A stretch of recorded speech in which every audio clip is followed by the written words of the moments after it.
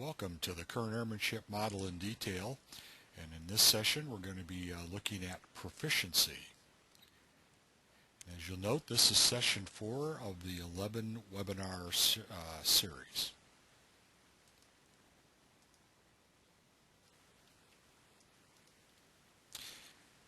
Here's a quick overview on how to operate your panel, your control panel. Notice that there's a white arrow and an orange rectangle. If you click on that, you'll collapse your control panel, and clicking on it again will expand it. If you'd like to send me a question or comment in text format, you can type it in this box and then hit the send button. A little easier though, if you want to ask a question or make a comment, just raise your hand by clicking on this icon. This is a Wings program webinar, so you will get 1 knowledge credit for attending the webinar. Webinar sponsor, in addition to the Wings program, is the Center for Airmanship Excellence. If you go to the Center for Airmanship Excellence website and you go to the archives, Airmanship Archives, you can find links that will allow you to request a download of, for example, the 6 webinar series, Redefining Airmanship. And I really recommend that you go look at those because this series, the Kern Airmanship Model in Detail series, is a detailed look at each one of the 10 elements in the Kern Airmanship Model. It'll be a little easier for you to grasp that if you have gone through the 6 Redefining Airmanship webinars first. And if you get very interested in what we're talking about with airmanship development, you'd want to take a look at this briefing, the Airmanship Development Support Organization Demonstrator, or ADSOD, briefing number 1. You can request a download of that, of the recording of that briefing. Also at the Center for Airmanship Excellence website, you can register for Airmanship Excellence updates. I highly recommend you do that to keep you in the loop. It doesn't cost you anything, and we periodically send out updates on what's going on with the Center for Airmanship Excellence and the different events that are going on and other things of interest to you. There's the web address, airmanshipexcellence.org. Well, the Kern Airmanship Model in Detail webinar series, as I mentioned, consists of 7 webinars. 11 webinars. The first webinar was overview of the entire Kern Airmanship Model. Then in number 2, we took a close look at flight discipline, then skill, and in this webinar we're going to take a very close look at proficiency. Next time it'll be self. In number 6, aircraft, 7, team, 8, environment, 9, risk, 10, situational awareness, and in webinar number 11 we'll take a close look at judgment. And those numbers 2 through 11 constitute the 10 elements of the Kern Airmanship Model. We might be asking yourself, if you haven't attended any of these webinars or seminars, why are we looking at airmanship development now? And here are some of the answers to that question. We believe that airmanship development provides new challenges. Pursuing a continuous program of airmanship excellence will really result in a series of challenges that you can pursue that will be a lot of fun, they'll be rewarding, but also they'll be close enough in so that you'll stay interested in your airmanship development. For example, in most of us, when we learn to fly, we get the private license, I'm sorry, I hope the FAA isn't listening, private certificate, and then the next big challenge is the instrument rating. But that's a huge leap. It takes a lot of time, a lot of money, we have to build up a lot of flying time, and a lot of people never quite meet that second challenge of getting an instrument rating. But we believe that you can put in a plan, an airmanship development plan, a whole series of challenges that are smaller bites, less expensive, quicker to accomplish, that sort of thing. And for example, for someone who wants to get that instrument rating, you might break up that time between private and instrument rating with a series of challenges that you have created with a mentor pilot. It's really difficult to do that yourself. You really need some help from an experienced pilot, but you can create these challenges that allow you to be more capable as an aviator while leading you to that instrument rating downstream. We're also talking about airmanship development now because the quest for airmanship excellence is rewarding. It's personally satisfying. I can tell you this from my own experience after about 50 years now flying airplanes. If you're really trying to get better all the time, that's really rewarding when you do achieve higher and higher levels of qualification. But it's rewarding in a lot of other ways. It could be rewarding financially. We'll talk about that in a second. But it definitely is rewarding in terms of safety. If you're becoming a better and better aviator all the time, you're going to be getting safer and safer all the time.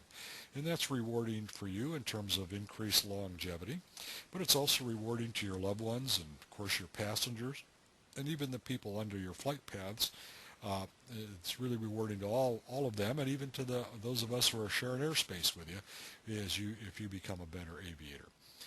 The pursuit of airmanship excellence increases safety overall, makes the whole system safer for all of us. And as you probably know, the general aviation safety record is about 34 times worse than the airlines. So there's a lot of room for improvement, and we believe that by pursuing airmanship excellence in the way that we're going to lay out for you here as we go through this series, and as we talked about in the Redefining Airmanship series, we can really improve the general aviation safety record. Airmanship development requires increased flight activity. If you're going to become a better airman, you have to fly more. Back in the early 80s, we were flying about 35 million piston hours a year in the U.S.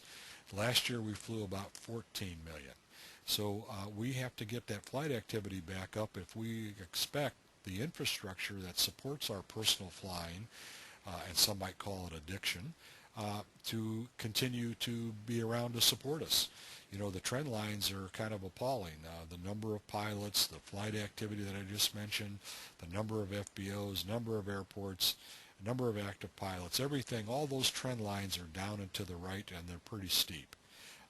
But one of the ways to fix that is by flying more, getting all of us to fly more. And if we're having fun pursuing airmanship excellence and we see a point to all that, it's not the old $100 hamburger flight anymore, that we'll fly more and the industry will be healthier. And as I mentioned, we believe the pursuit of airmanship excellence can actually reduce costs for all of us, because as the number of pilots who are flying in this segment of the industry, personal flying as we call it, gets smaller, and as the flight hours reduce and so forth, well, the overhead costs still have to get spread over the existing customer base, but that customer base gets smaller, so it costs more for each one of us individually to rent airplanes, rent hangars, pay for fuel, buy new airplanes, on and on. So by increasing that flight activity, we believe that overall we can reduce costs for all of us. Now, the big question that I like to throw up throughout this series is this one. I think it's the big airmanship question. If I don't fly right, should I fly at all? And of course, we're going to talk about what General Chuck Yeager had to say. He's generally held up as an icon of airmanship. So be thinking about this question as we go through this webinar and the rest of them. If I don't fly right, should I fly at all? This webinar series is based on the book Redefining Airmanship, written by Dr./Colonel Tony Kern, and it was published in 1997. Let's start with our shared definition of airmanship, so we're all on the same page. Give us a common reference point for what airmanship is, because if I ask all of you who are attending this webinar today, what is airmanship, you'd each more than likely have at least a slightly different answer, or maybe a completely different answer to that question. We've been talking about airmanship forever, but it's never been really clearly defined, so I don't think we have a shared definition. So let's use the one we're about to look at here as our same sheet definition as we go through the series. Expert airmen possess discipline, skill, and proficiency. Expert airmen have a thorough understanding of themselves, their aircraft, their team, their environment, and the risks they face. And expert airmen consistently display exceptional, and those are two key words, consistently and exceptional. Consistently display exceptional situational awareness and use good judgment at all times. So there's our definition of airmanship. The Kern Airmanship model, quick overview here, we look at it as really a scaffold upon which we build our airmanship skills and capabilities. So it's a framework, if you will. The Kern Airmanship model consists of three bedrock principles: flight discipline, skill, and proficiency. And upon those three bedrock principles rest the 5 pillars of knowledge: self, aircraft, team, environment, and risks. And upon those 5 pillars of knowledge rest the capstone outcomes of situational awareness and judgment. Now, I know that seems kind of complicated the first couple times you see it, and that's why I repeat it so often. But I've found now, working with the Kern model here for a year and a half or so, that I've become very comfortable with it, and it really does provide a good framework for developing airmanship development plans, for critiquing flights, for developing training programs. It's just a good way to look at our overall airmanship. And once you really get comfortable with it, get it in your head, you can use it while you're flying even. Let me describe this Kern Airmanship model one more time a little bit differently. If we practice the bedrock principles of flight discipline, skill, and proficiency, while always striving for ever greater knowledge of ourselves, the aircraft we fly, the team that supports us, the environment that we operate in, and the risks we face, then we can expect ever-increasing capstone outcomes of better situational awareness and better judgment. So in this webinar, we're going to take a close look at airmanship proficiency. The experience factor is a very big part of proficiency. Of course, it is no secret that experience builds airmanship skills, and that recent experience accounts for proficiency. Experience is the single greatest skill builder, and this has been established through studies and documentation. Research has found that pilots with less than 500 hours in model are at significantly greater risk for pilot error mishap factors. So in our personal flying, very few of us really have more than 500 hours in the model of airplane we're flying right now. So we have to keep this in mind. It's been shown that with less than 500 hours in model, we've got a big risk factor going on there just due to that fact. Research has also shown that pilots with less than 10 flight hours in 30 days were found to be at far greater risk than those with 10 to 30 hours. So there again, most of us in personal flying fly less than 10 hours a month. So if you put those two risk factors together, less than 500 hours in model, less than 10 hours a month, we're at a greatly increased risk of pilot error. Now, if you're flying 10 to 30 hours a month, you're in the sweet spot. You're probably very proficient at this point. But again, most of us aren't flying that much. And, of course, what all this points to, excuse me, I had something jump on my computer. Well, it didn't belong. Bottom line from all of these facts is that just because it's legal doesn't mean it's safe. We've all heard that old bromide, but it's true. Just because we get our 3 takeoffs and landings in 90 days, we highly likely are not proficient, at least in strong gusty crosswinds. So we're legal, but we're not safe.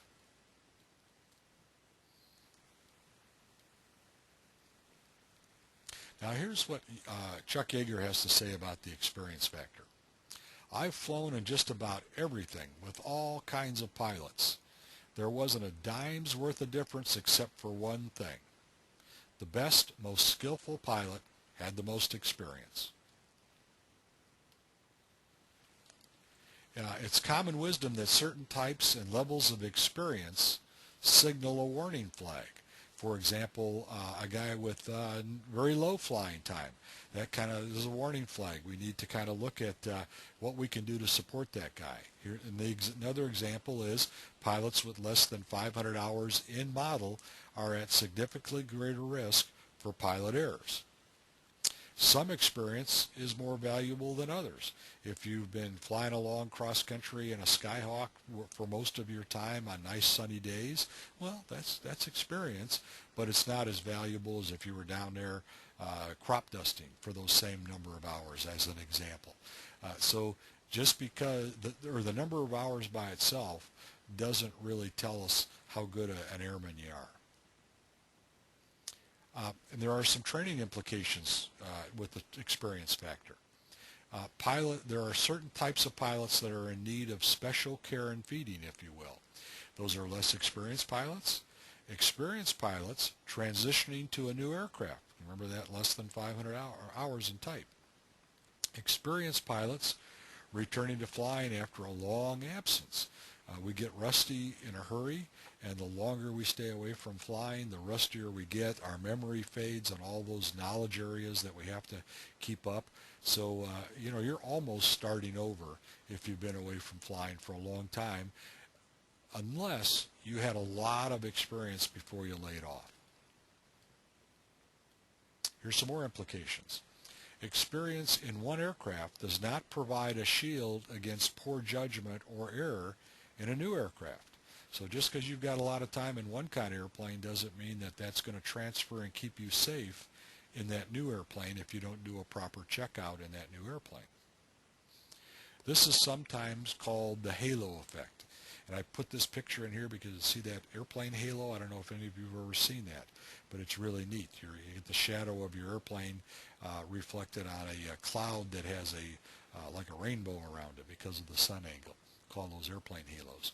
So this halo effect that we sometimes feel in ourselves, or instructors who are checking us out in new airplanes see it in us. We think, well, this guy's got a lot of experience in that kind of airplane, so he's not going to have any problem in this kind of airplane. Well, yes and no. Expertise is not fully nor universally transferable between aircraft. We must approach each new aircraft as if it were our first, and we must train each transition pilot as carefully as if it were they were new. So, that 1 hour checkout in the new airplane, go around a pattern, get your 3 bounces. That isn't it. That isn't enough. When you're transitioning a new airplane, you've got to have a thorough checkout, just like you learned your first airplane.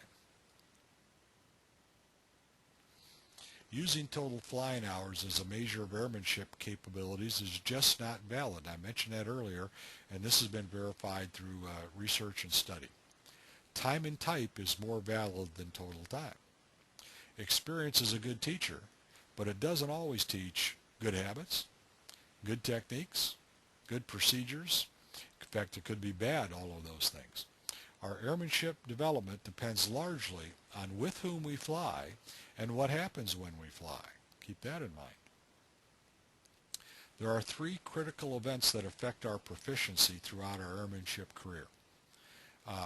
And they are our first role model, our first emergency, and our first big change in flight. And let's take a look at each one of those in a little more detail. Our first role model. We are very impressionable and often take on the characteristics from whom we learn, and this is just human nature. But if you think back on your learning experience when you learned to fly, I think you'd probably agree with that. There were certain instructors you flew with, certain other guys at the airport, that because you were new to the game, you were impressionable and you were really influenced by them, negatively or positively. Of all of the influences on our development, perhaps none is as important as our first role model. This role model is not necessarily our first instructor. In the flying game, nothing is more important than a good role model. And if you don't have a role model now, you need to get one. And there are two kinds of role models, in my opinion. One is the theoretical kind, if you will, like Chuck Yeager. Now, you're probably not going to get to know General Yeager. I got to meet him 2 or 3 times, talk to him a bit throughout my career at different times. But, he wasn't, that wasn't why he was one of my role models. It was because of what I read about him, what other people wrote about him, when I saw him speak in films and videos. So that you can have that kind of role model, or you can have a mentor. And we all need both kinds of role models, and we all need mentors. So the other of the 3 big factors that influence us is our first emergency. Until it occurs, we constantly wonder how we will react. And if it hasn't happened to you yet, I am sure you can relate to this. You're wondering, well, I've been trained well, I keep up with things, I work hard at my airmanship, but I still have that nagging doubt, how will I react to the first emergency? We all had that before we had our first emergency. It's universal. After it occurs, we never forget what we did. In fact, probably don't forget talking about it either. I just had lunch with a friend of mine. In fact, one of the guys that's involved with us here in the Center for Airmanship Excellence, Dave Shadle, is a retired FAA inspector and current designated examiner. And we were talking about, swapping war stories when old pilots get together. And of course, it always comes down to you got to tell about, your at least one of your emergency situations. So this goes on. So we never forget it. We probably never quit talking about it either. Our persona as an aviator is shaped by our actions in response to serious in-flight demands or challenges. We either are self-confident aviators or we lack self-confidence depending on how we react to this first emergency. In fact, I have known several people who quit flying because of the way they reacted to their first emergency. That's why it's so critical to be prepared to handle our first emergency. If we are not prepared, we'll probably handle it poorly, and it's going to affect us for the rest of our piloting career, and it may even cause us to quit flying after we've invested all that time and money and ego and everything else into learning to fly. If we handle it correctly, we have taken a giant step towards self-confidence, a giant step towards self-confidence in our whole life, not just in our flying. If we handle it poorly, we have sown the seeds of doubt in ourselves and, just as importantly, in others. Now, the third big factor is our first big change. It occurs the first time we have to make a major change to our plans to accomplish our flight objectives. It's the first time we have to think on our feet in the aircraft. It might be the result of weather or an aircraft malfunction. So if it hasn't happened to you yet, I highly recommend that you work on being prepared for it because it's an experience just short of that first emergency, especially if you have to make a quick decision to divert or get it on the ground or reroute or the weather's closing in. That's the kind of thing we're talking about here. The script changes in flight, and we are left to our own devices to sort it out. The control we exercise over changing situations is really one of the major joys of flying. I know I enjoy that challenge. Most of the other pilots that I know also enjoy that challenge. This critical shaping event is also a crucial confidence builder, or again, potential destroyer of our self-confidence. Now, all of these first 3 events have something in common. our decisions and actions control the outcomes in every case. We have set the course for good airmanship in every case. That's really what we want to do. If we select a positive role model, and if we are prepared for our first emergency and handle it well, and if we are prepared for our first big change and handle it well, then that's going to result in good airmanship, because our future actions will be underpinned with well-deserved confidence. Now, in the last webinar, session number 3, we talked a lot about confidence, and it's an interesting topic. You know, we throw that term around, self-confidence. We know pilots have to be confident, and we also know that overconfidence will get you killed. Well, if you haven't viewed that webinar yet, I highly suggest you do, because the discussion on confidence is really good and explains it logically and very clearly, the pluses, the minuses, the how you get it, how you lose it, and that sort of thing. But how we react to these first three big events is really what underpins our self-confidence. Now, here are some facts about proficiency. Flying an airplane is not like riding a bicycle. If you haven't done it recently, you might not remember how, or remember how in some areas, in those critical areas and the critical skill areas. Actually, flying is more like juggling bowling pins. If you aren't proficient, you'll probably end up hurting yourself. Poor proficiency is as high a risk factor as low experience. So now if you couple low time and type, low experience, low proficiency, that's a day that you probably shouldn't be flying an airplane by yourself. Again, continuing with some facts about proficiency. Although good safety cultures have requirements to help pilots maintain their currency, they are not safety guarantees. You have to be responsible for maintaining that, because it's difficult for the organization to ascertain individual proficiency requirements with much precision. It is our responsibility to track our proficiency and to ensure that we get what we need before we take an aircraft into the sky. So, we need to watch how well we're doing on the landings or crosswind landings. And if we're getting pretty rusty, we need to come up with a plan to get that proficiency back before we go out and fly in those kinds of winds. That's an example. Personal currency. Two conditions point to the need for a personal approach to currency requirements.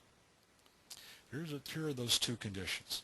The organization does not have a requirement for a maneuver. So you don't have to show your proficiency to whatever organization you're flying in, your flying club, your rental operation, your flight school, and that's assuming you are flying within some kind of organization.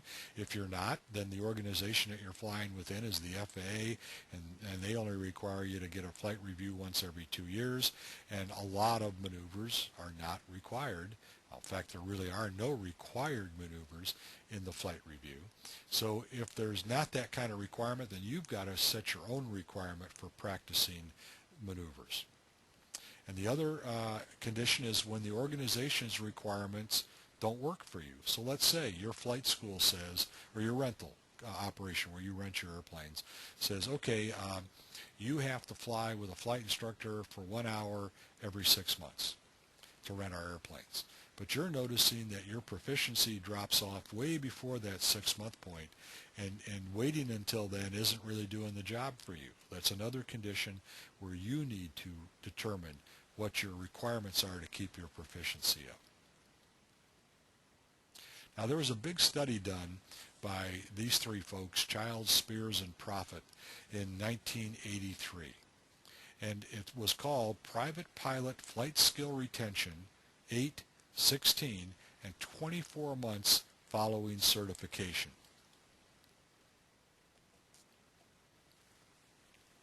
Now, it wasn't the Roswell report, although some may claim that new private pilots are an alien life form, but it was done with real live private pilots.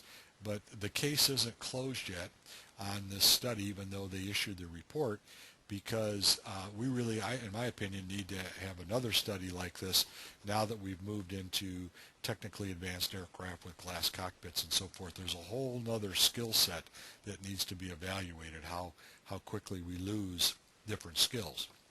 But this is all we have right now, done in '83, fairly recently.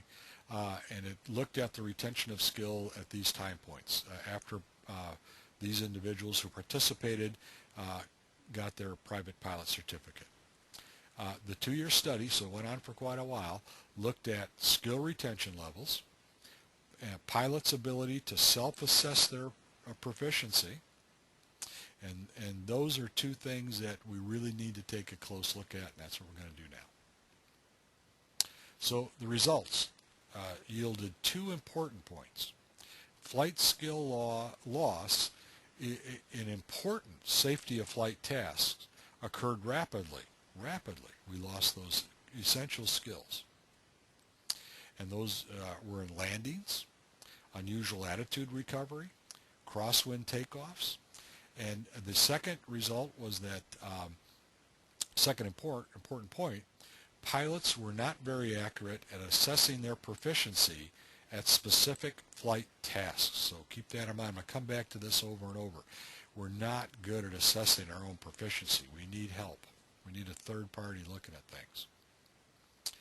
Again, continuing with what the study found, the report stated the lack of such a relationship, self-predictability of proficiency, is of ultimate concern from the standpoint of operational safety, since it suggests that the individual pilot is not able to diagnose specifically his own continuing training needs.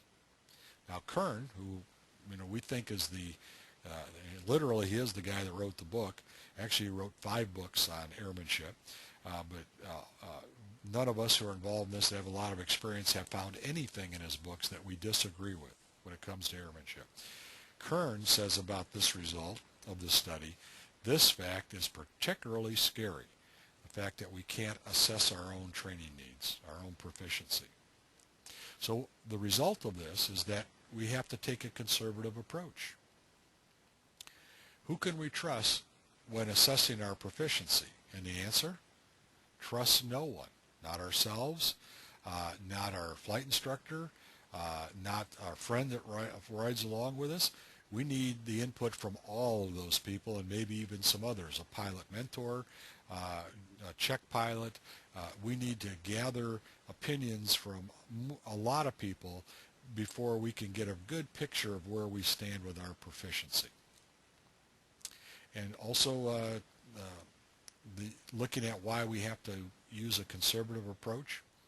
The stakes of overestimating personal proficiency are very high, up to and including death. We must take a conservative approach if we have any doubts. So if we think that we're not really sharp, we're not really proficient enough for whatever it is we're about to tackle, we shouldn't do it. Don't let the fear of poor proficiency erode your confidence. So if you think that you have poor proficiency, get it fixed so your confidence levels back up. If you don't fix it, you're going to go out there and fly. You're not going to have the right level of confidence, and then now you're going to get yourself into that downward spiral with your confidence and your proficiency. Far better to get some extra training than to find yourself out there alone, sweating bullets and muttering, I think I can, I think I can, I think I can, like that little train that could, a little engine that could. Now, again, taking a little closer look now at flight skill loss. Why flight skill loss is dangerous. And this graphic I'm sure you've seen in your training at some point, but this kind of helps you see what I'm talking about here. The orange area of the graphic is pilot workload.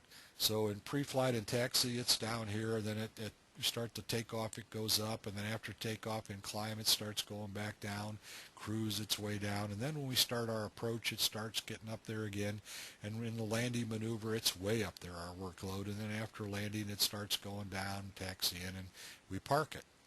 Now, up here at the top is the level of pilot capabilities during flight. That's what this yellow line shows you.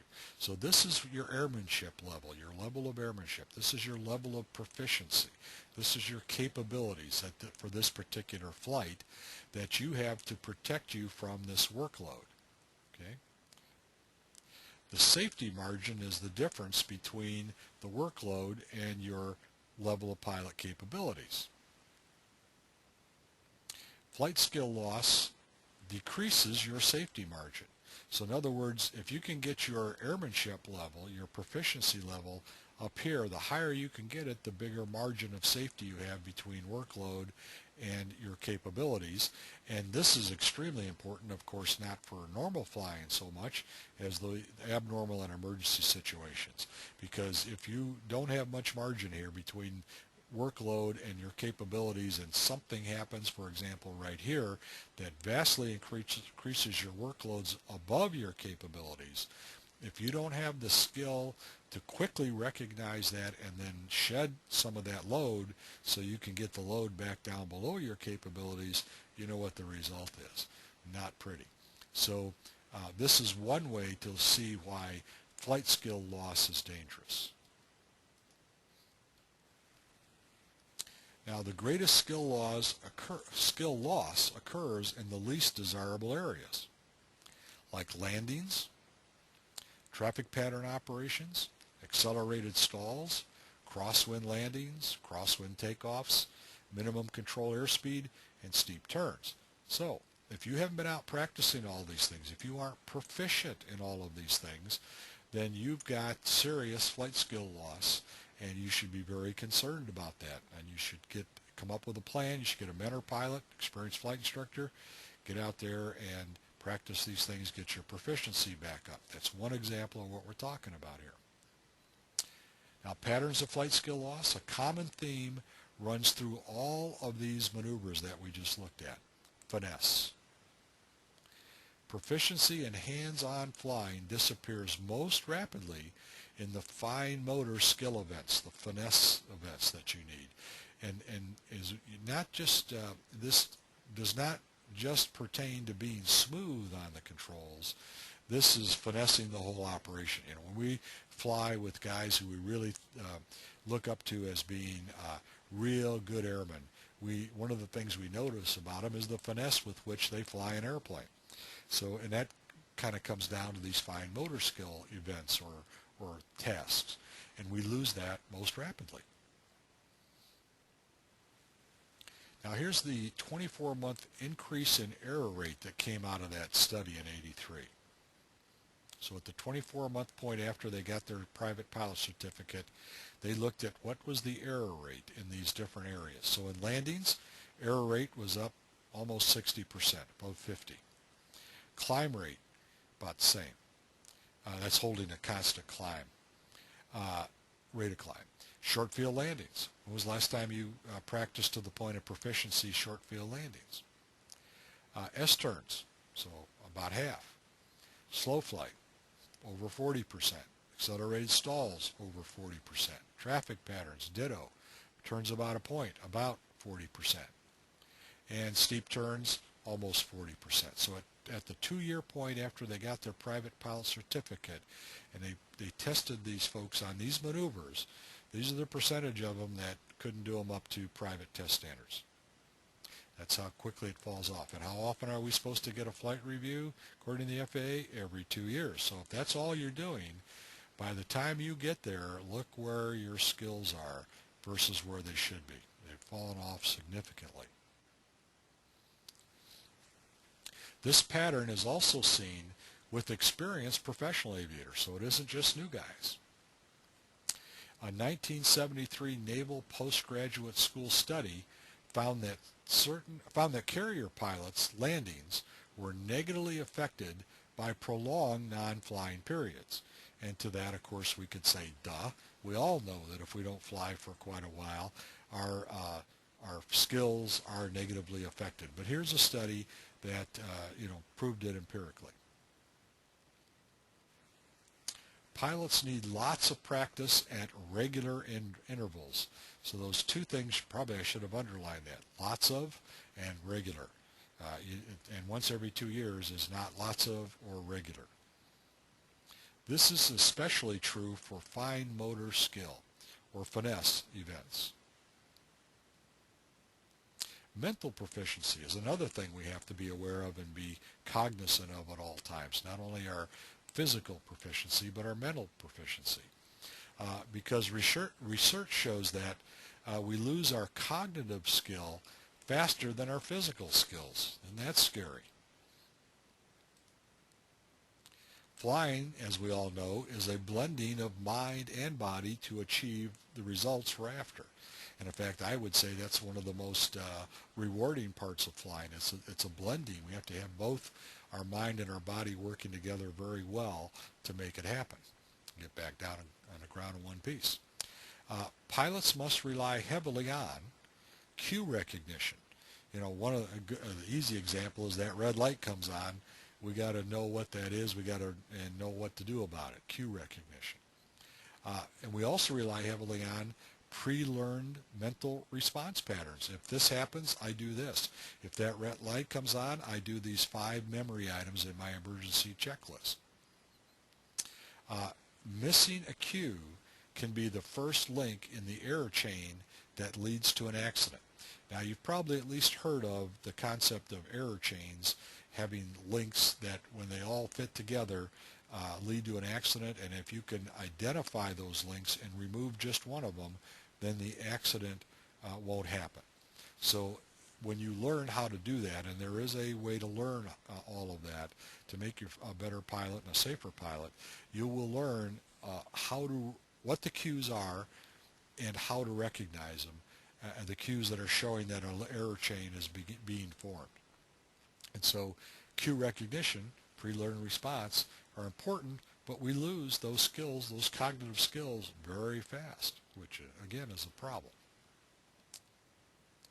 Common mental proficiency errors include incorrect time estimates, poor or improper verbal communications, failure to monitor fuel requirements, radio tuning and misidentification, improper control positioning, and failure to identify environmental factors.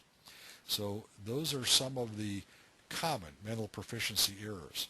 I think Santa Claus here was not having a bad day. He certainly wasn't situationally aware. And he didn't recognize that cue of that 737 coming his way. Still talking about mental proficiency. Also negatively affected by time away from the cockpit are performing emergency procedures checklists and following regulatory guidance. So they have found through studies that you spend some time away from the cockpit and you've got to run an emergency checklist. First of all, you have a lot of trouble finding the right checklist, running it properly, and also remembering your regulations falls off quickly. So a lot of negative impact here. Here's the out of that 1983 study, the percent of aviators making cognitive/procedural flight deck errors 24 months after they were certificated.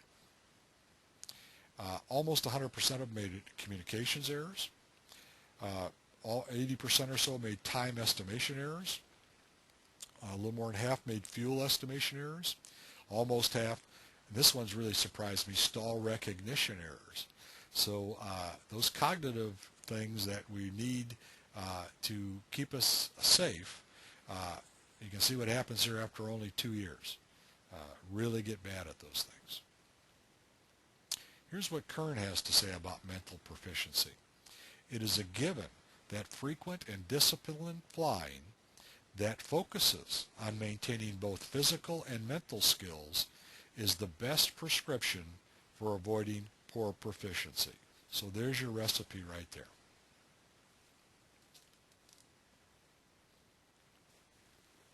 All right, I want to take a look now at chair flying.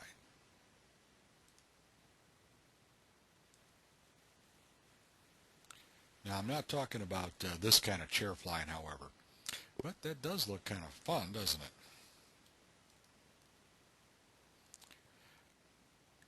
Kern advocates using the technique of chair flying, and I've used it throughout my career. I agree with him wholeheartedly.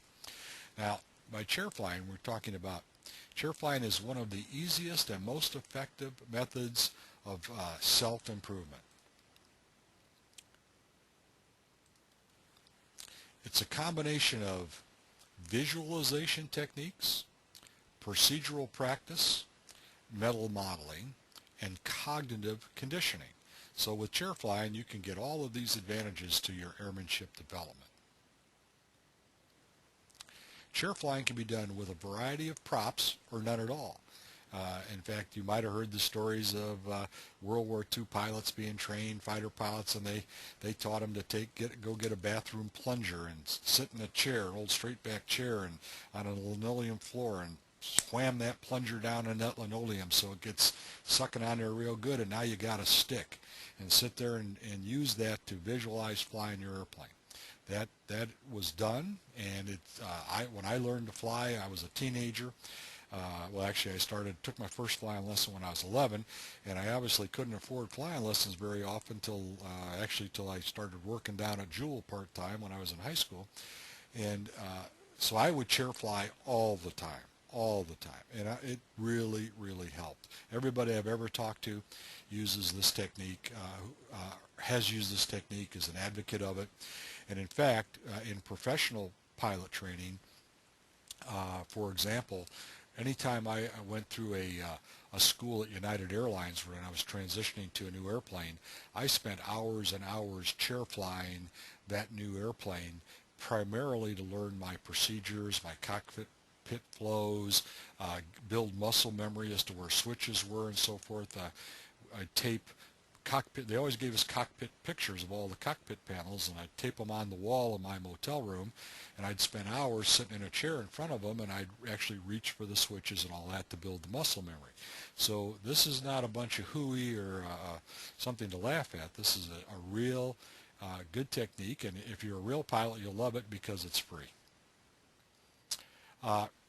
Some type of cockpit mock-up will be helpful. So if you do have some pictures, a poster, whatever, of the airplane you're flying, of the panels, that helps, or you can make up your own, but not really totally necessary. It is the ultimate low-tech simulator. Empirical evidence shows that chair flying works well for preserving and acquiring skills, and that came out of that 1983 study we were looking at earlier. Chair flying requires very few tools. A checklist, maybe, as an example, a chair, and a willing imagination. And, of course, that's the important one. If you're not willing to get in there and make yourself believe that you're flying, then it ain't going to work. So you got to have a good imagination. But most pilots have very good imaginations. Follow step-by-step actions of your imagined flight. You know, the briefings, brief for the flight just like you would normally. You know, go through it in your head. Maybe, you know, get the map out. Do all the things just like you would normally do on the flight that you're chair flying. Run through all the checklists at the appropriate time. You know, you should be doing a checklist at every change of flight phase, and run the checklist just like you normally would. Do the communications with the ATC, or if it's non-towered, you know, make your announcements just like you would. Make all the physical movements. Imagine where the switches are, where the flap handle is. You know, just move your muscles, because that actually, we call it muscle memory, but it's a real memory that helps you to be better at doing that in the actual cockpit. But note, please, making airplane noises is not required. It's optional. I personally like to make airplane noises. You should also practice items that require visual cues, like landings. You know, visualize. I hope that on every landing, you've got an aim spot, an aiming point on a runway that you're trying to touch down on, and that you know that if you're on a steady, if you have a stabilized approach on a normal glide slope, that spot that you're aiming for doesn't move. If it starts moving up in your windshield, then you're going low. If it starts moving down, you're going high on the glide slope. And you should use that on every landing. Well, do that when you're chair flying too, as an example of using the visual cues. You should also practice field procedures like stalls. Go hold that stick back, bring your left hand on well, let's see, which seat would you be in. Okay, if it's a Cirrus, you got your left hand on the yoke or on the side stick controller and your right hand on the throttle, and you pull back on the controller and trim those up, and you bring the power back with your right hand, and you're pulling back with your left hand, and now you can just feel the buffeting start, and so you release the back pressure and bring the power in, check the airspeed, so just like you do it in the airplane. Verbalize all radio comm, including the anticipated responses, especially if you're new to this flying game. The only thing, or there are several things you can do to get better at radio comm procedures, but the most important thing is practice. And you don't always have to just practice when you're in the airplane talking to ATC. You can chair fly and imagine the responses the tower's going to give you. Of course, I'm sure you know there are DVDs and CDs out there that can help you with that too. But whatever you do, believe it. Project yourself into the air. Believe that you're actually flying that airplane. Also, rehearse every aspect of a flight that you can imagine. Now, this guy's he's imagining his takeoffs here.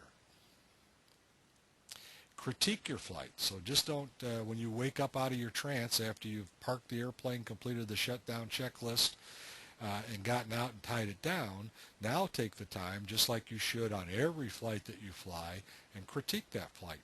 What did you do well? What could you have done better? What did you learn? What do you have to go find out about? What questions came up? That sort of critique. Here's some key points about chair flying.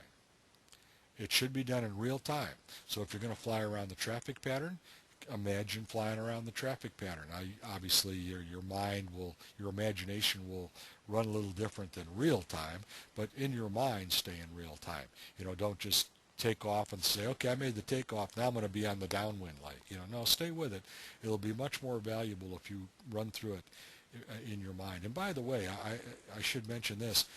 If you've ever been to an air show, or you've seen the videos of air show performers preparing for their aerobatic routine, they do chair flying. Now, they go one step further usually. They don't sit down in a chair. Usually they walk around and get the motions going. But if you ever seen how they do that, usually they've got their eyes pretty well closed. They're almost in a trance.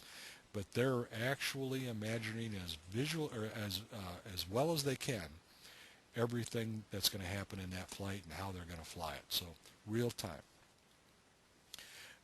And do not practice negative behaviors.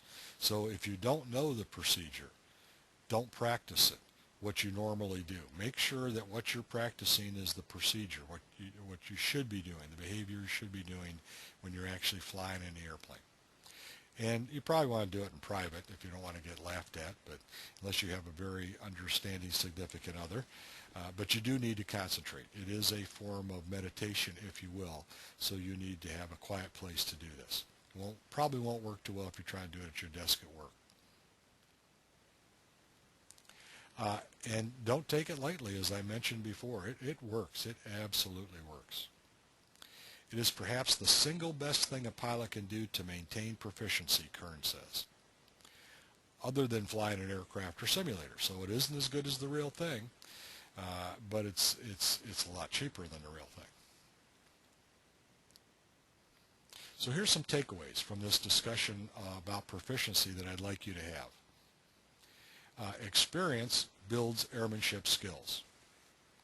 Recent experience accounts for proficiency. Less than 500 hours in model equals a significantly greater risk for pilot error. Less than 10 flight hours in 30 days also equals a far greater risk. 10 to 30 hours per month is that sweet spot. And remember, just because it's legal doesn't mean that it's safe. And that really tells the story about proficiency. And remember that flight skill loss occurs rapidly.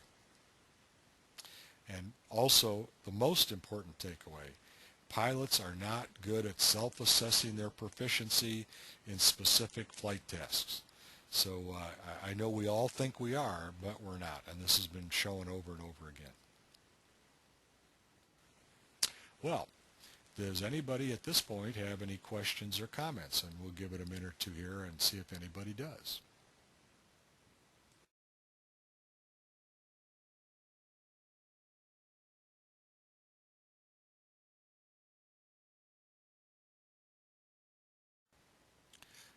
Okay, very good. Either everybody got it, understands it, or they're all asleep. All right, let's go into a case study now here and look at it from the through the lens of the Kern Airmanship model and from the point of view of proficiency as an example of what we've been talking about here. Now here's the crash. It was a Cirrus SR-22. It was a fatal accident. You can see the debris field right there. It was up at Woodruff, Wisconsin on November 9th in 2008. There were 3 fatalities. The pilot was a commercial pilot with an instrument rating, and they were flying in day. They were flying an IFR flight plan, and it was in IMC, and it was day, but it was dusk. It was getting real close to dark.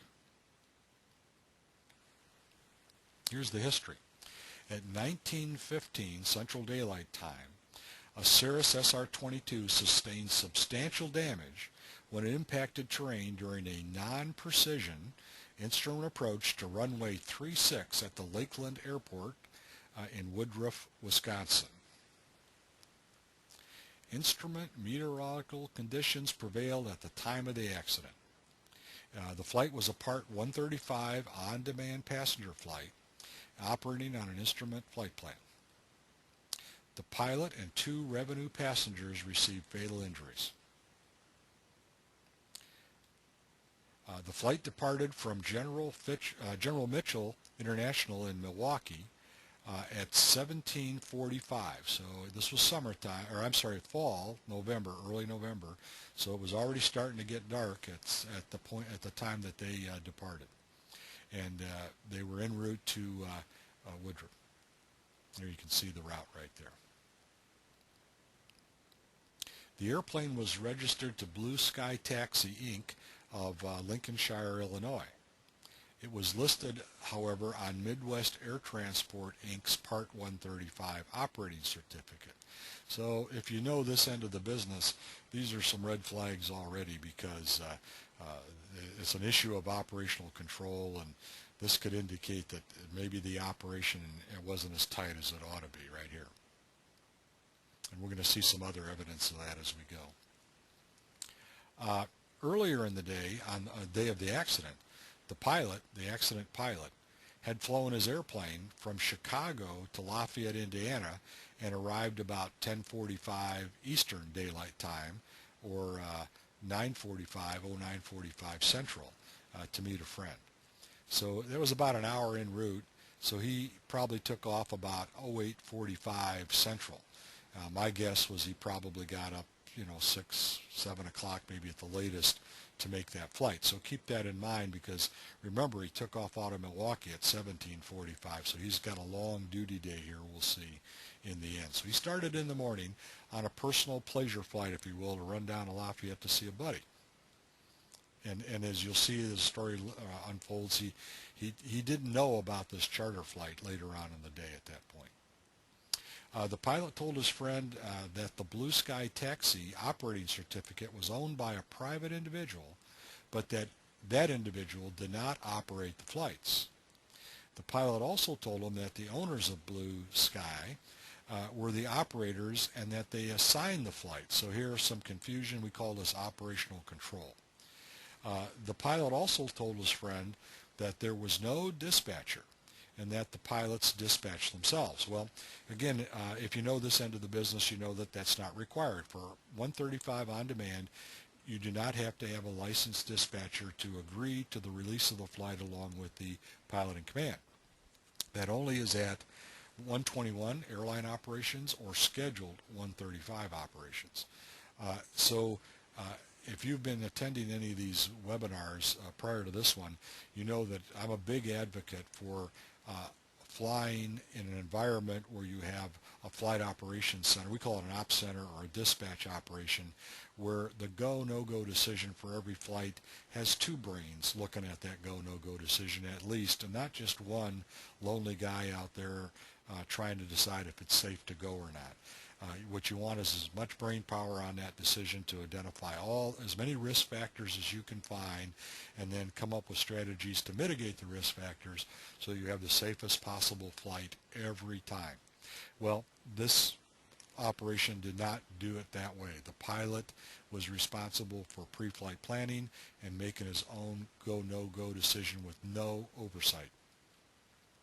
The pilot would try to fly.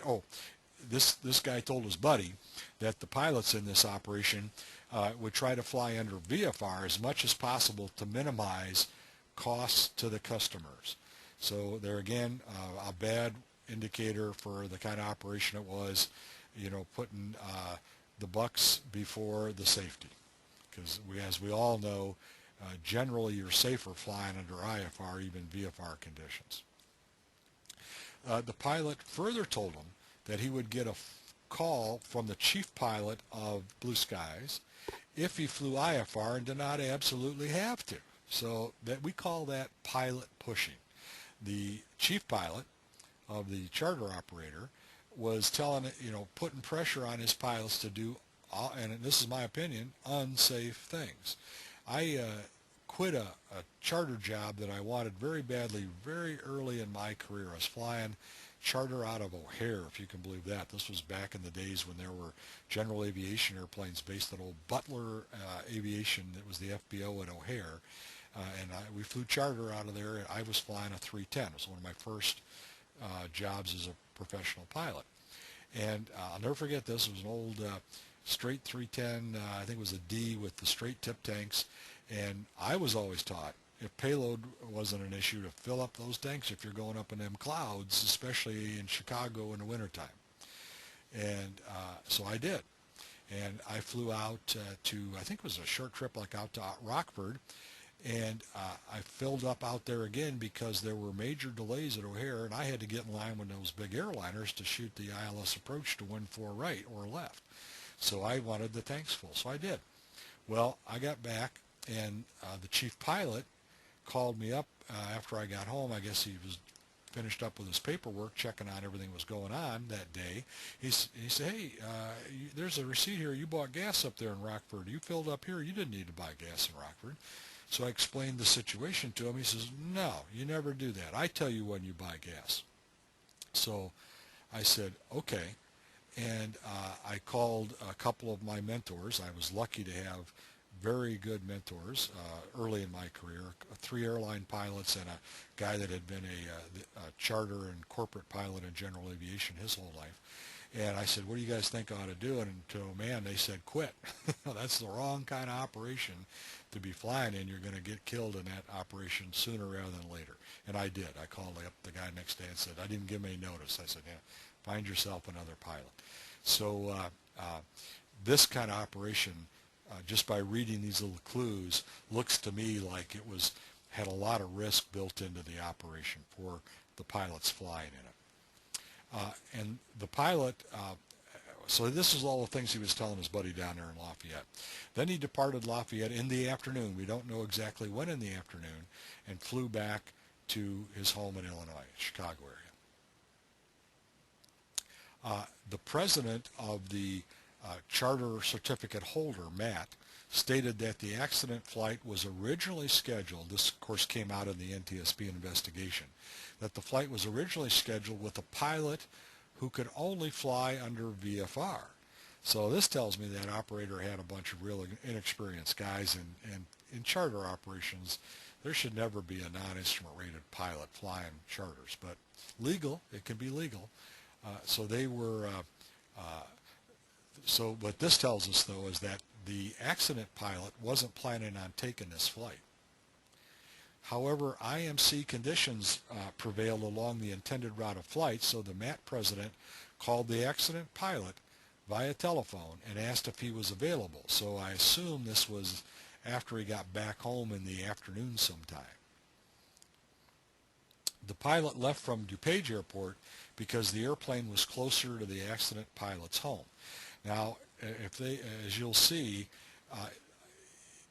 there's clear evidence here the pilot was starting to get very rushed. He was rushed from the time he got called out to fly the trip, probably only had an hour. I estimate looks like an hour or two notice. And so he was having a nice leisurely day, and now bam, he's got to go. And he had to do it in a hurry, which is never good. The president stated that he believed that he talked to the originally scheduled pilot and the accident pilot before 1500. A couple of hours before the scheduled pickup. I think they mean the pickup up in Milwaukee, as you'll see, at 1700. So everything was rush, rush, rush.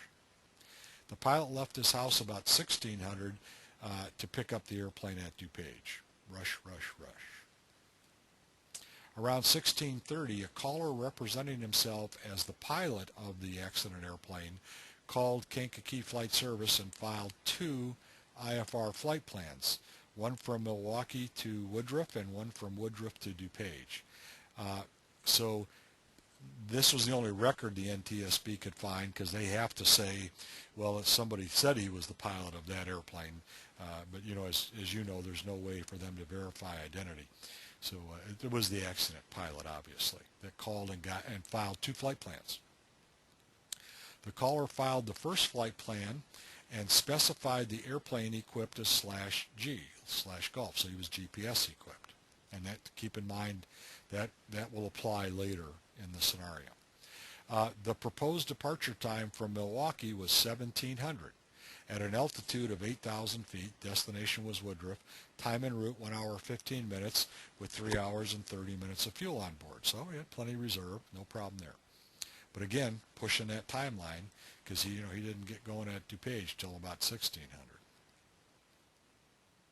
The caller also filed a flight plan with a proposed departure time from Woodruff to DuPage at an altitude of 8,000 feet with a proposed arrival time back at DuPage of 23:30. So remember, he started out early in the morning. He said he was figuring he wouldn't get home until almost midnight. Long, long duty day. This would have resulted in an estimated real duty day of about 18 hours. Well, if you're on duty for over 14 hours, the studies have shown you are more impaired than if you were legally drunk. Here's another big clue as to how things were going and what the safety culture was like in this flight organization. The flight service FSS specialist asked the caller if he had the latest information on weather conditions. Now remember, it was IFR up there. To which the caller responded by saying, "Yes, I do," since, and then the recording didn't catch what he said. There's no record of a DUATS log-on for him or anything like that. So it looks like he didn't even ask for the weather. He didn't have the weather. The specialist then provided the caller with a SIGMET for thunderstorms and an AirMet for IFR. So now this guy's rushed. He's launching into nighttime coming with thunderstorms forecast, and it's going to be IFR. So not a good situation. But here's a real interesting tidbit. The call to Kankakee lasted approximately 4 minutes, ending at 16:30. So it looks to me like he made the call, filed the flight plans, rushed out, jumped on the airplane, and took off. Again, bad policy, bad procedure. So he flew then from DuPage up to Milwaukee to pick up the 2 passengers. He got up there to Milwaukee, and an hour and 11 minutes later, he called for a clearance at Milwaukee. So he landed, taxied in. You'll see he got 30 gallons of fuel. He probably checked the weather. Let's hope he checked the weather, but there's no record of that. And he called for clearance an hour and 11 minutes later. I can tell you, as a former corporate/charter pilot, that if he did all that in that time, he was rushed throughout the whole process. And then from call for clearance to takeoff clearance, it was less than 3 minutes. So again, rush, rush, rush, rush, rush. How he got the clearance and took off up there at Milwaukee at that hour of the day in 3 minutes, I don't know how he did that, but he had to be rushing, had to be taxiing fast, running through checklists if he even did them rapidly, too fast. So bad operation. A lot of breakdowns in proficiency and airmanship here we can see already. And we're not even up to the links in the chain that led to the accident, although you can see all these links that he's laying down in that chain leading to this accident we're about to see. At 18:30, so only 47 minutes after takeoff, he called Minneapolis Center, and he told them that he had the weather up there in Woodruff. The pilot was confused about a NOTAM for the ILS 36 DME being out of service. He asked about it, and they verified it. He said, they responded, okay, well, that may be a problem for us to get in.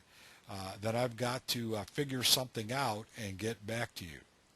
So this is an indicator that he wasn't proficient. Remember we talked earlier about that big change? Look, he's already showing that he's not handling this well. And we'll see here in a minute some of the details that are probably what he was confused about. But he acted like, if you read the transcript, which I haven't put in here, he looks, in the radio comm back and forth, it looks like he obviously didn't have the NOTAM, and the first time he heard about the NOTAM was when he picked it up, when he got the weather. Now here's the approach plate for the localizer to runway 36 at Woodruff. At 18:35, he transmitted that in Minneapolis, 3 Bravo Sierra, so for planning purposes, then they couldn't hear what he said, we are going to get radar vectors to the localizer 36. So he was obviously querying the controller as whether or not he was going to give him vectors, or he'd have to shoot the whole approach. At 18:36, a minute later, Minneapolis transmitted November 3 Bravo Sierra affirmative. So now he knows he's going to shoot the localizer 36. But here's an interesting thing. At that point, the Woodruff AWOS indicated the ceiling was 200 feet and visibility was 2 miles. Now, it's the pilot's responsibility to monitor weather, the AWOS, ASOS, not the controllers. So if the weather more than likely was giving these ceiling and visibility report even when he listened to it a few minutes earlier, but even if it changed, it's his responsibility to go back and check it. But at any rate, I'll bet you that when he got it the first time, it was 200 feet and 2 miles, which is below minimums. So he was probably, that's probably why he had that confusion, that hesitation. He said he might have some problems. To compound things, it was a tailwind. It was from right on the tail, 180 degrees at 9 or 10 knots on the surface, even more at altitude. And the last thing you want to do is shoot a non-precision approach with a tailwind. And the last thing you want to do is shoot a non-precision approach at night with a tailwind. And the last thing you want to do is shoot a non-precision approach at night with a tailwind below minimums. So, all kinds of cues here that pilot should have picked up, and if he didn't, he shouldn't have been flying, and if he did pick up and he ignored them, he still shouldn't have been flying. So the approach minimums without a DME, and we'll talk about that in a second, is 1 mile visibility, but the MDA, the lowest he could go on that approach was 500 feet AGL, and note the ceiling's 200, so it's way below the MDA, the minimum descent altitude, on that approach. At 19:05, Minneapolis transmitted November 3 Bravo Sierra, Roger, and are you going to be able to shoot the approach from a couple south of the marker there? So not either the controller wasn't aware of the weather or he totally disregarded it too, but now he's asking the guy if he can he sees the guys real close in to the final approach fix, and he's asking him if he's going to be able to shoot the approach, because as you'll see here in a second, the controller knows he's way high. So now on top of all of the other things we just talked about, the risk factors of shooting that approach and the illegality of shooting that approach, well, I'm sorry, under Part 135 on demand, he can go look. but he can't land. So, well, now that I said that, I don't know. I'd have to go back and look at that. Under 91, certainly, there's no requirement for him to not go in there and take a look. It's just a bad idea. And I don't know at this point. I can't remember if there is a difference between 135 on demand and 135 scheduled on that look-see. We call it option. But at any rate, he shouldn't have been doing it. And here we see now the controller sees that he's more jammed up because he's in tight to the final approach fix. He's asked for a vector, and he's going to go straight in. But he transmitted back, I'm sorry, what? So again, communication confusion. And Minneapolis says, are you going to be able to make the approach from 5,200 from a couple south of the marker? You can see here he was just a couple south of the final approach fix. There's the final approach fix. Crossing altitude final approach fix on this approach is 3,200 feet, and he's at 5,200 feet. So he's in tight and he's high. Bad positioning, especially on a non-precision. I wouldn't touch that with a proverbial 10-foot pole. At 19:05 and 29 seconds, the autopilot was selected off at a pressure altitude of 5,033 feet and a heading of 359 degrees magnetic. Now, this G1000 system that was in the airplane has a flight data recorder, and so they recovered the chip, and they got a lot of this flight data, and that's where this is coming from. So he had the autopilot on, which is a good thing to do when you're flying single pilot IFR, but now here he is jammed up, workload going up, probably already beyond his capability level, and he takes the autopilot off, which now elevates the workload even higher. This guy is just adding link after link to the error chain. And it shows he was lined up straight in. So he's a couple thousand feet high from where he should be right at this point, and he's going straight in, and he takes the autopilot off. So he's right. Then he says, yeah, I'm going to need to go back around 3 Bravo Sierra. If I can, just do one oval. I should be okay. And then Minneapolis approved it. Well, one oval, I don't know what an oval is. I think he must have been thinking a holding pattern. He must have been thinking he wanted to get a clearance around this published holding pattern here. But that isn't what you'd ask to do necessarily. You'd ask, if you were going to, you'd say, I'd like to enter the hold at Dewey and lose this altitude. But he says, I'd like to do an oval, so non-standard verbiage and non-standard communication protocol, which is another link in the error chain. But Minneapolis knew what he's doing because the controller can always approve a 360, so he did. So he was on the right page. So now the guy is trying to recover. He knows he's too high. Thank God he didn't try to go straight in from there, so he's going to lose some altitude. But he's a little confused, we can see by his communications. At 1906, the active waypoint on the GPS transitioned from Dewey to runway 36 at a pressure altitude, the airplane pressure altitude 4,500 feet. So what that means, if you're not real familiar with GPSs, he probably had this localizer approach selected on the GPS, looks like to me here, by what happened. So when he goes by the final approach fix, the GPS active waypoint switches from the final approach fix to the runway end waypoint. So that tells us that he went over Dewey, but he was at 4,500 feet. He was still 1,300 feet high, which is real bad setup for a low non-precision approach for getting down to MDA in good order and safely. The airplane started a descending left-hand 360-degree turn without the autopilot selected on. So he was hand flying it around the turn, which is a mistake. It shows that he felt that he wasn't proficient in using the auto flight system, and he shouldn't have been in that situation unless he was, because you need to use that to reduce workload. Absoluteness. Every professional pilot knows that. At 1907, 190 degrees into the turn, the autopilot was selected back on. So that's probably not the best place in the world to turn it on, but that's where he turned it on. Then he continued to use the heading bug to bring it on around, line it up. The autopilot altitude reference selection was initially set at 3,500 feet. So, and then adjusted to 32 while he was making the descent. So he made a mistake. He wanted to set it to 32. That would be the proper procedure while he's making that descending turn back around. He'd want to set the minimum descent altitude outside of the final approach fix, and that's 3,200 feet. So he is obviously now showing more signs of confusion and making errors because he had it set at 35 first, and then he recognized the error, reset it to 32. At 19:07 and 30 seconds, Minneapolis transmitted, November 3, Bravo Sierra, let me know when you're reestablished inbound on the localizer. At 19:07:34, 4 seconds later, November Bravo Sierra transmitted, yeah, we are starting to turn back now. So he didn't reply properly. Minneapolis says, let me know when you're established. And he says, okay, we're turning back now. So it continues that pattern of bad communications, improper.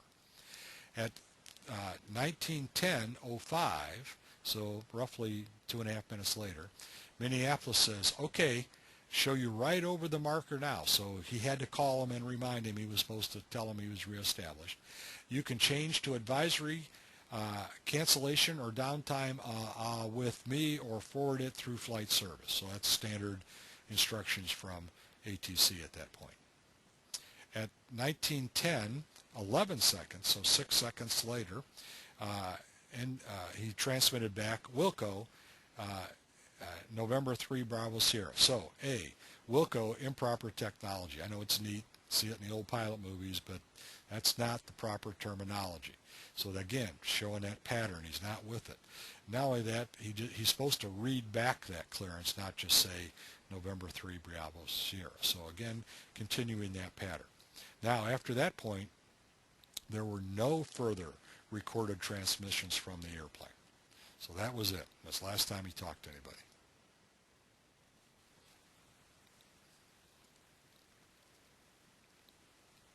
At 19:10, the final recorded altitude and the heading bug settings from the Garmin were 1,900 feet and 360 degrees. So you can see that he, when he set that the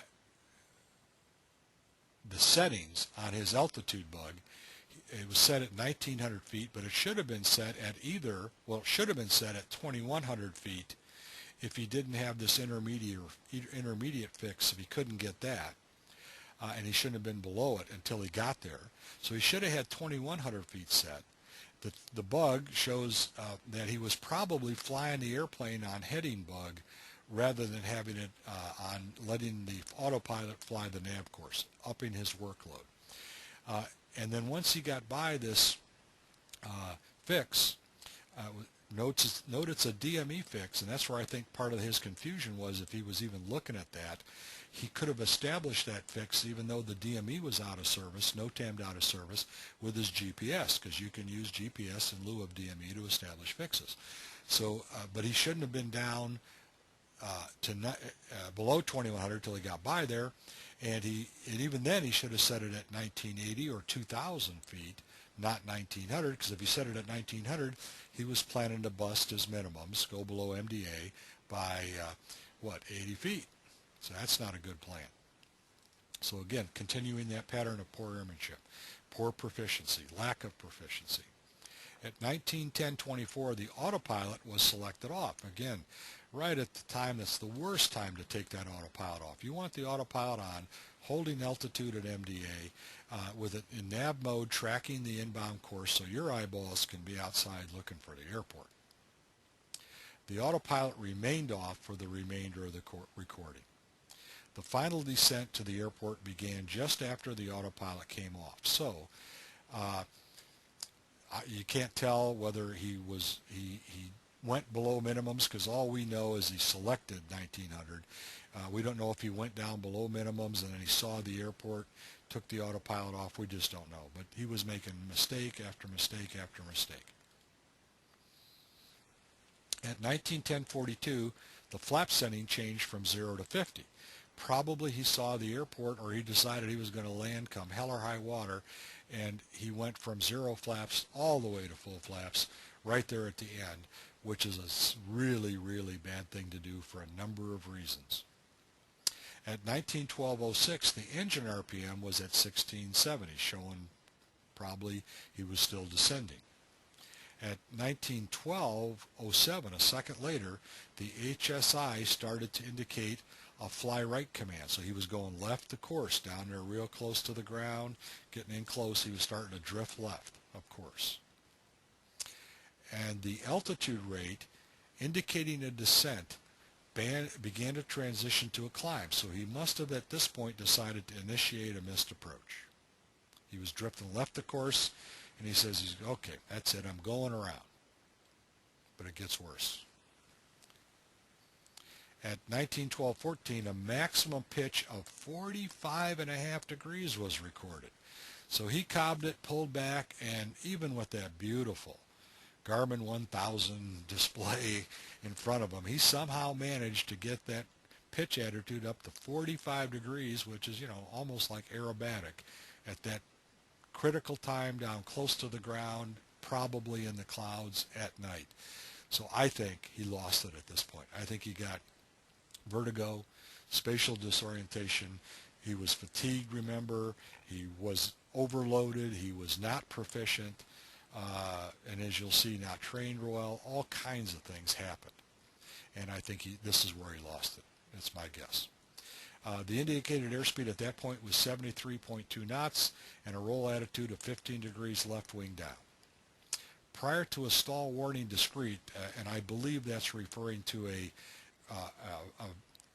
visual warning on the primary flight display and the audio stall warner. The recoverable flight data module, that's that flight data recorder, recorded an increase in engine manifold pressure, fuel flow, and engine speed. So when he saw the airspeed falling off and that nose was way up there, at some point he had enough sense to jam the power up. At 1912.16, the stall warning discrete was set. So it went off finally. Stall warning finally went off. The indicated airspeed was 60 knots. Ground speed was 61. Pitch attitude was still way in the heck up there, 39 degrees. And the roll attitude was 30 to 32 degrees left wing down. So that was it right there. At 1912.24, the recorded data stops. So here's some information on the pilot. He had a commercial with airplane, single engine land only, and an instrument rating airplane. His total flight time was only 2,200 hours. Now, if you're a low-time personal flyer, you might say that's a lot of time. But I can tell you from my experience that for that situation, that was a low-time pilot, very low-time pilot. He had 233 hours at night. That's okay, but we don't know quite how recent that was. He had 145 hours of actual instrument time, which I find a little hard to believe at 2,200 hours and the kind of flying he was doing. Some guys will log instrument time if they are in an IFR flight plan. So I don't know what this guy was doing, but there were a little more than 140 hours of instrument time actual logged in his book, with 118 of simulated also. So a little high, looks like to me. About 10% of his time he's got logged as instrument time, so maybe. His second class medical was current with no limitations, so no problem there. Here's where it starts to get pretty interesting. He'd been flying for 33 years. He was issued a private pilot certificate with an airplane single engine land rating at a total instructional time of 64 hours of pilot and command and 48 hours of dual. So he had 113 hours when he got his private. I think in anybody's book you would agree that is not impressive. And 33 years ago especially, almost all of us back then were getting our privates around the 40 to 50 hour mark. So maybe an indication that he was not all that sharp to begin with. 18 years prior to the accident, so like 20 years after he got the private, he finally got around to getting his instrument rating. but it was at 401 hours, which is probably a good point, but it was like 18 years before the accident. So he didn't have a whole lot. Even if he had all that instrument time, it was spread over a long time. So he just couldn't have been that proficient on with his instrument flying in general, let alone recent flying. 19 months prior to the accident, he was issued his commercial. So he came rather new to commercial flying. And the way I get it, read what I've picked up on this accident, he was a guy that had another profession and retired and decided he was going to become a professional pilot because he loved flying and all that. And there's a lot of guys doing that now. And when he got that commercial, he showed 1,847 hours, about almost 2 years prior to the accident. And he had no previous accidents, incidents, or enforcement actions, so he had a clean record. On July 23rd, 2008, and remember this happened on November 9th, 2008, so just a few months before, 90 days, a little more 90 days, the accident pilot successfully completed an initial airman competency/proficiency check under Part 135. So he just took his first one. And those are rough. I mean, the FAA has that responsibility to say that he meets the minimum standards, but that's all they can look at. If he's not much better than that, they still have to pass him. So, and you don't really get good at these proficiency checks, 135 type checks, until you've had 2 or 3 or 4, and you have to get them every 6 months. That doesn't take long. So he'd only had one. He had his first one only 90 days before. However, and here's a telling thing, he chose to take the check ride without the autopilot. So that shows that at the time he took the check ride to fly single pilot IFR, and by the way, he was supposed to show proficiency with the autopilot or not be certified to fly single pilot IFR, but there was a screw up. The inspector somehow checked the box on the application form saying he was okay. So this guy knew he wasn't. And if he knew the regulation, he was knowingly violating the regulation that he shouldn't have been flying Pilot Command On-Demand 135 IFR without an autopilot, and have demonstrated that he could operate that autopilot. So he either didn't know that, which he should know that, or he knew it and violated. The FAA inspector made a mistake, so not good. Link in the air chain, that's another issue. But this guy should have. What this tells me, when he declined to take the check ride with the auto flight system in that Cirrus, he was not proficient in using it, or he would have used it in the check ride. Because the way this is played now by the FAA, if you've got this stuff in the airplane, you've got to show you're proficient in using it if you want to be qualified to use it. And for 135, again, to fly IFR, single pilot, 135 on demand, you must have a functioning autopilot, and you must demonstrate that you know how to use it. So, otherwise you got to have a second in command. And these guys obviously did not have a second in command. Now, did the guy that the manager of the 135 operator, did he know this? Maybe not, because when it came back from the FAA, it said he had qualified.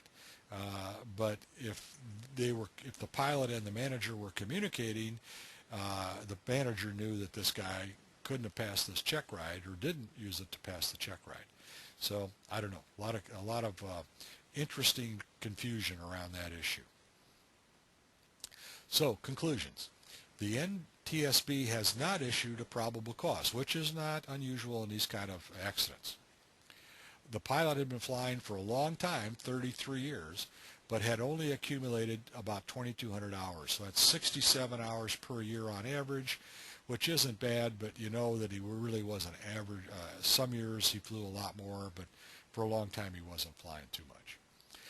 It looks like he had been flying fairly heavily in the 1.5 years prior to the accident, about 400 hours. So that's pretty good for a non-professional, semi-professional. Certainly not, in my opinion, enough flying for a guy that went out and attempted what he attempted. His flight time in August 2008, just a little bit before the accident, was 100 hours. So he flew 100 hours in 1 month. Way too much. But somebody, a witness, told the NTSB, but that was more than his total flight time for the previous year. So he had an erratic flight time background here. but his total time in the Cirrus was well under 100 hours. Remember we talked about that if you have less than 500 hours in type? And I would say with a glass cockpit airplane, maybe even more than that, unless you've really boned up on that auto flight stuff. But he had only less than 100 hours, let alone 500 hours in this airplane, so he definitely was at much higher risk of an accident than a guy that has more time. So if you were to use a FRAT, a flight risk assessment tool on this flight, it'd be way beyond red. I mean, it would be, infrared, I think. The score would add up with all of these risk factors involved in this flight. And remember we talked about under proficiency, less than 500 hours in type. Well, there it is. He had less than 100 hours in type. The accident pilot either didn't know the FARs regarding that second in command or ignored them. I mentioned that. I'm sorry. Got ahead of myself a little bit. His declining to use the autopilot during his 135 check indicates he was not comfortable with the autoflight system on the airplane. He was probably fatigued on the accident day, as I pointed out. And again, he was rushed all day, obviously, which is a bad thing for a pilot to be, rushed. And he rushed his flight planning, and he didn't do a thorough job, obviously. Probably didn't know about that NOTAM. If he did check the weather up there and it was below 501, which were his minimums for the approach with that back course, he never should have even launched. But it looks to me like he didn't even know what the weather was. And he rushed that localizer approach. He rushed a non-precision approach, which is the kiss of death. And it's been more guys have bought the farm doing that than you can count. Very bad thing to do, rushing a non-precision approach, especially under those conditions. He either didn't understand the minimums for the approach or he just decided to bust them. He misset the altitude bug for the minimum descent altitude. He chose to fly a demanding non-precision approach with a tailwind at dusk with the weather well below the published minimums. And with that kind of overcast and visibility, it was probably dark, a little more than dusk at that point. He failed to fly a safe and compliant missed approach, which is a critical maneuver. Lost his skills. As we all know, for IFR pilots, in the real world, we very seldom fly a missed approach. And when we do fly it, it's generally fly straight ahead to runway heading. That's what ATC tells us. And they give us an altitude. Well, this case, there was no ATC. It was non-controlled at the bottom, so he had to fly the published miss. Now, I do a lot of simulator training working with guys that fly high-performance singles and twins with instrument ratings that think they're proficient. And I give them a missed approach in IFR conditions, low IFR, several times during the training, and I see everything ranging from sloppy to lose the airplane, stall, and spin in. And I see a lot of in between where they really don't know what to do. They wander around.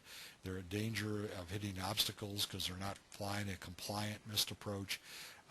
This guy, you have to be proficient in that maneuver. And that means you have to, as we talked earlier, you have to, when you recognize you're not proficient in that maneuver, and one way to recognize that is you never do it in the real world, you've got to seek out training to get proficient in that maneuver. This guy, I think, obviously didn't do that, and he paid the piper. And, of course, that flight operations management all around was what I call the old-style way of doing things. Definitely unacceptable. I'd say it to that guy's face if I ever met him. That is not the way to run an airline. We talk about safety cultures.